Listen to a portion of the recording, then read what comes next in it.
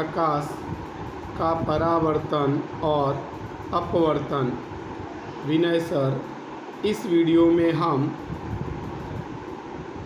समतल दर्पण से बनने वाले प्रतिबिंब की विशेषता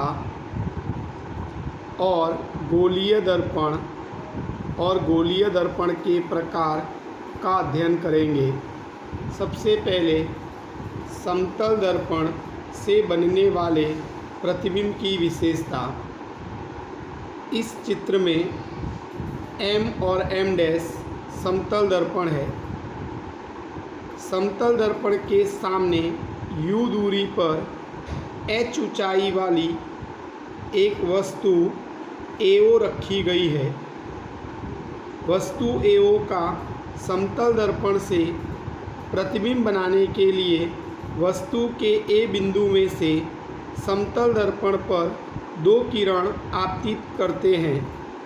पहली किरण जो समतल दर्पण पर 90 का कोण बनाकर आपतित होती है, ऐसी किरण AN, और दूसरी समतल दर्पण के साथ कुछ अंश का कोण बनाकर किरण आपतित करते हैं, उसका नाम है AQ।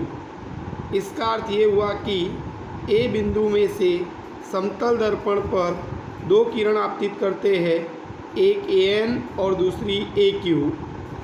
अब समतल दर्पण द्वारा आपतित किरण AN और AQ का परावर्तन होता है, जिससे हमें परावर्तित किरणें मिलती है।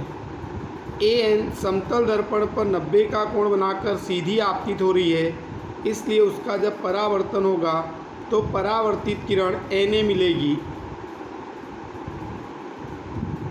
और AQ जो समतल दर्पण के साथ कोण बनाकर आपतित हो रही है, तो जितने का कोण बनाकर आपतित हो रही है उतने पर ही परावर्तन होता है, इसलिए हमको परावर्तित किरण QR मिलती है।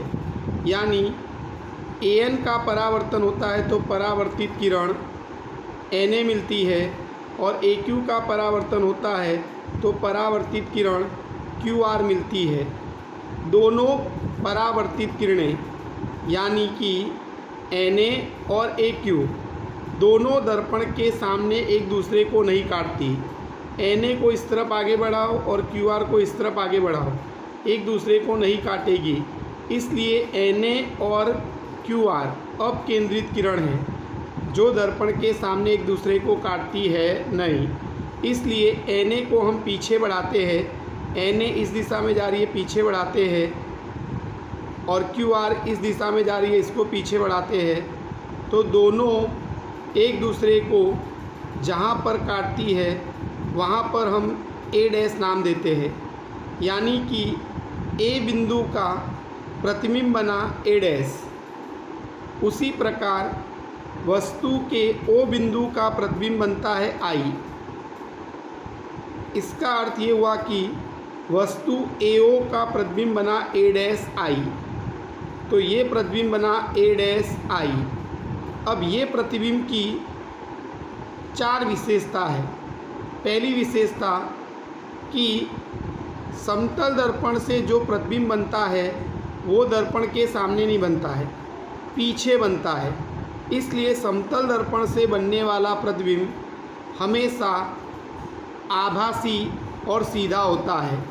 तो ये समतल दर्पण से बनने वाले प्रतिबिंब की पहली विशेषता कि समतल दर्पण द्वारा बनने वाला प्रतिबिंब हमेशा आभासी और सीधा होता है। दूसरी विशेषता, समतल दर्पण के सामने H ऊंचाई वाली वस्तु AO रखी है, तो ये वस्तु की जितनी ऊंचाई होती है उतनी ही ऊंचाई का प्रतिबिंब बनता है। इसका अर्थ ये होता है कि वस्तु की ऊंचाई और प्रतिबिंब की ऊंचाई दोनों समान होती है। यानी समतल दर्पण से बनने वाले प्रतिबिंब की ऊंचाई और वस्तु की ऊंचाई समान होती है। ये इसकी दूसरी विशेषता। तीसरी विशेषता, समतल दर्पण के सामने जितनी दूरी पर बाईं तरफ वस्तु रखी है उतनी ही दूरी पर दाईं तरफ प्रतिबिंब बनता है। इसका मतलब कि दर्पण से जितनी दूरी पर आप वस्तु रखते हो उतनी ही दूरी पर प्रतिबिंब बनता है। यानी कि दर्पण से वस्तु की दूरी और प्रतिबिंब की दूरी दोनों समान होती है। दर्पण के सामने जितनी दूरी पर वस्तु रखी है उतनी ही दूरी पर दर्पण के पीछे प्रतिबिंब बनता है। इसका मतलब ये हुआ कि वस्तु की दूरी को अगर u कहे और प्रतिबिंब की दूरी को v कहे तो दोनों समान होते हैं। चौथी विशेषता, प्रतिबिंब की पार्श्व यानी बाजू बदल जाती है। अगर आप समतल दर्पण के सामने अपना दायां हाथ ऊंचा करो तो समतल दर्पण में जो प्रतिबिंब बनता है उसमें वो बायां हाथ दिखाई देता है। इसका मतलब कि समतल दर्पण से बनने वाले प्रतिबिंब की पार्श्व यानी बाजू बदल जाती है। अब हम पढ़ेंगे गोलीय दर्पण और दर्पण के प्रकार।